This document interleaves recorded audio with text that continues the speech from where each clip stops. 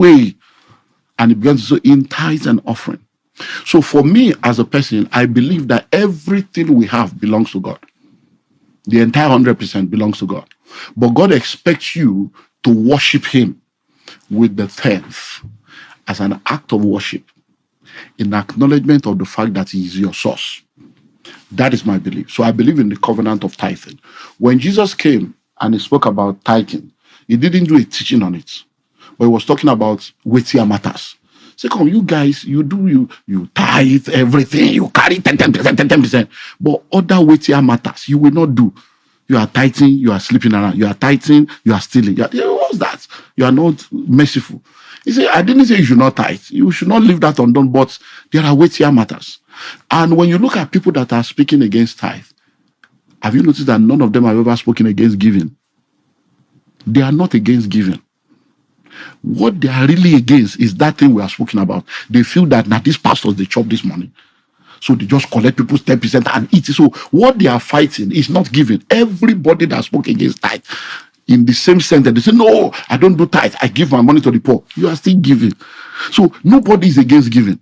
So if the problem is the nomenclature or the name, then leave the name, just be a giver. So let's go to the general one that everybody will understand. Be generous. Because you hear people say, Elon Musk does not pay tithe, Jeff Bezos does not pay tithe, Bill Gates does not pay tithe. Hello, they call it a different name. Charity, generosity, philanthropy, corporate social responsibility.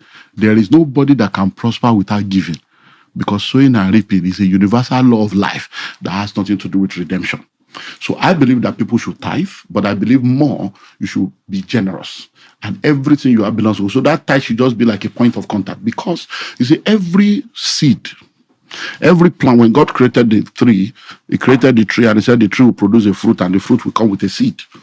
Every fruit has seed that produces the fruit. When you do your research, you find out that the seed of every fruit has a poisonous dimension, because the chemical composition that produces the fruit is always inside the seed. So if you take orange, for instance, now you put your finger, you bring out the orange seed and you start chewing the seed, chemical will come into your mouth. You have why? Because that seed is not meant to be eaten. When you pick up mango, you eat the mango, bring out the mango seed, cut it up and start eating, it's going to be poisonous. So the seed of every fruit is poisonous. So it is my belief that the tithe is the seed of every income. So every time you are taking that seed to eat it, you are eating the poisonous parts. And if 90% cannot change your life, 10% will not make a difference. But like I said earlier on, you see, one of the things we have seen is that whatever God places a demand on becomes a point of contention. So if, for instance, now you get 100,000 every month, and they say, oh, 10,000 is your tithe. 10,000 is not really your problem. Because if you want to fix your nails or fix eyelashes, 10,000 will not. You want to go to cinema, buy a ticket and take popcorn, 10,000 is gone. You want to fix your car, you want to go to the salon, you want to go out with the boys, 10,000 is small. But when you put the same 10,000 in an envelope, my money, it becomes why? Because there's something called mammon. Now that 10,000 becomes a point of contention simply because God is placing a demand on it. Same thing when we talk about food. Everybody knows that we should eat. You can go a whole day without eating. But if we declare fasting and say, tomorrow we are fasting, 8 a.m. you are hungry, it's not because of the food. It's because God has placed a demand on it. The very minute God placed a demand on something, the enemy comes in, because at that point it has become a spiritual situation. So my advice for people is, don't argue about tithe. Or if you don't believe in tithe, no problem, that's your belief. But do you believe in giving? So give. Be generous. Because you must give to prosper. You must plant to harvest. So if you don't want to do the church, you believe that the church and the pastor is deceiving you, do the Bill Gates and the Jeff Bezos one. Be generous, be philanthropic, and you will now realize that you will come to the same bus stop. God loves a cheerful giver. Yeah. And even in Christianity, it's important that there be an equalizing. Paul talked about an equalizing. Bring, give, so that those who have may not have too much, and those who do not may not be entirely without anything. So I understand that. There's several other questions, several other directions I would like to go, but because, we've got to end this now. So I'm just going to ask you one last thing. Your political ambition. I don't have any. I'm a kingmaker. I'm a kingdom ambassador. Afobaje. Yes, that's who I am. So my focus is to raise kings and priests. So I don't have any political ambition. My political inclination is to raise men and women that will be kingdom ambassadors in the marketplace. And that's what I've done since 1998. My focus has been on the kingdom. So in our church, every last Wednesday of the month, we have what we call the National Transformation Network. So instead of doing church as usual, we divide people into the spheres of influence. So they call it 7 months, but we have 8. So we added technology. And then we're just raising people so that when the time comes for people to be positioned on the mountain, they'll be equipped to be able to function. Because functioning in the political sphere, in the education sphere, in the entertainment sphere is beyond Bible. It's being able to have the competence, the capacity to be able to actually produce results and be effective there. So that's who I am. I'm a kingmaker. So I raise people into politics. I teach people leadership. I teach people how to really represent the kingdom values, kingdom concepts, kingdom culture in the marketplace. And that's why I am, because I don't believe that there is any political party that can solve the problem of Nigeria. I believe the church is the solution. What do you say to people who look at it and say, religious leaders oftentimes they make statements of a political nature, the commentaries and all of that, and they are usually vocal until somebody is there that they align with or they profit from or so they have a relationship with, and they go silent. Sometimes I think the problem is that issue of being silent. Because most of the time I'm in that space where I have a lot of things that I know. So I say to people, I say, look, there are many things you guys are doing that people are not aware. Because you have been vocal in this area, you should continue to be vocal.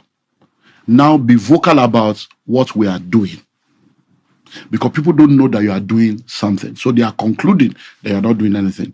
Because you see, a lot of people are good. It's like when you go to the stadium, there are only 12, is it 11 plus 11? There are 22 people on the field or 21 playing, but the people in the stadium are much.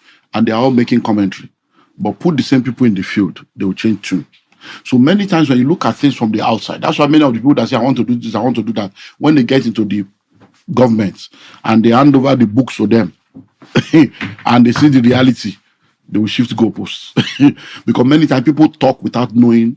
Uneasy lies the head that wears the crown. So for me, I believe that as a man of God, let your conviction and your belief be constant. And when it changes, be clear and honest about it. That look, I've changed my mind because this is what I've noticed, this is what I've noticed, so that people will understand. Because if people don't, it's going to be a lot of trouble. I give you an example.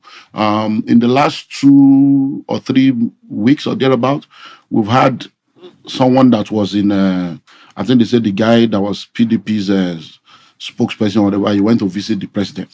And he became what did he go to visit? Then there's a pastor that was also vocal and they say he went to visit the president. But now what has happened is the two of them have now come out to now explain that this is what happened, this is how this happened. That helps people to know that, oh, okay. But if you don't talk, they will just conclude, because today now social media with 200 naira time, everybody's vomiting online. Because people are just vomiting their trauma. People are poor. People are suffering. So anything, they just want to talk. So I believe that we should just communicate. Communication, consistent communication, effective communication is key, which is part of what the government should also do. Because sometimes, I think some people were killed over the weekend or thereabouts in Benue. Because, we were on mission, so we didn't know what was happening until, I think it's just yesterday. I'm like, this one happened, because we're just focused on the mission we went for. And they are now fighting that, they've not heard from this person, they've not heard from this person. So communication will just do a lot of help for us. We're totally out of time, but there's no way I'm going to end this without asking you to address young people. They are disillusioned. More and more of them don't believe in religion. More and more of them don't even believe in God. So just address them. Well, I'll say to any young man and young woman listening to me right now, I've been in your shoes. I've been in that situation where I felt that no one cares for me, no one is thinking about my life or my future, and no one is going to do anything to help me. But I'm grateful to God that in the midst of that confusion, the mercy of God showed up and helped me to discover him very early as a teenager. And I look back right now and I can say that one of the greatest joy of my heart is that I discovered God early and I started early. I was in Abuja, like I've said earlier on, and when I finished speaking, a 71-year-old man came to see me when I was signing the books, and he said that before he was 40, he was a billionaire. But he lost everything, and he met Jesus after he lost everything at the age of 42. And he came to me and said, young man, I appreciate everything you've shared with us today. Please don't stop sharing. Because if people have told me what you told us today, many of the mistakes I've made, I would not have made. So my advice for you, young man, is forget about me as a pastor. Forget about the church. Forget about anything anybody have said. And just talk to God for yourself and say, God, reveal yourself to me. Let that be your prayer points. Don't pray 10 hours. Just once a day, oh Lord, reveal yourself to me. Make that your prayer every day. Just wake up, Lord, reveal yourself to me. Lord, reveal yourself to me. Let that be your prayer. And I'm so confident he will reveal himself to you. When he reveals himself to you, I won't need to convince you about him. The church will not need to convince you about him. He will convince you about himself. And when you discover him, it will help you to discover a purpose and find peace in the midst of the storm. And I want you to know that if you cannot fly, run. If you cannot run, walk. If you cannot walk, crawl. Just make sure that you're not stagnant. Keep pushing. If the snail and the tortoise can make it to the ark of Noah, you'll make it. I started with Pastor Olumide Emmanuel. I will end with Dr. Olumide Emmanuel. Thank you. Thank you for having me. Fantastic. Thank you, sir. Fantastic. Yeah.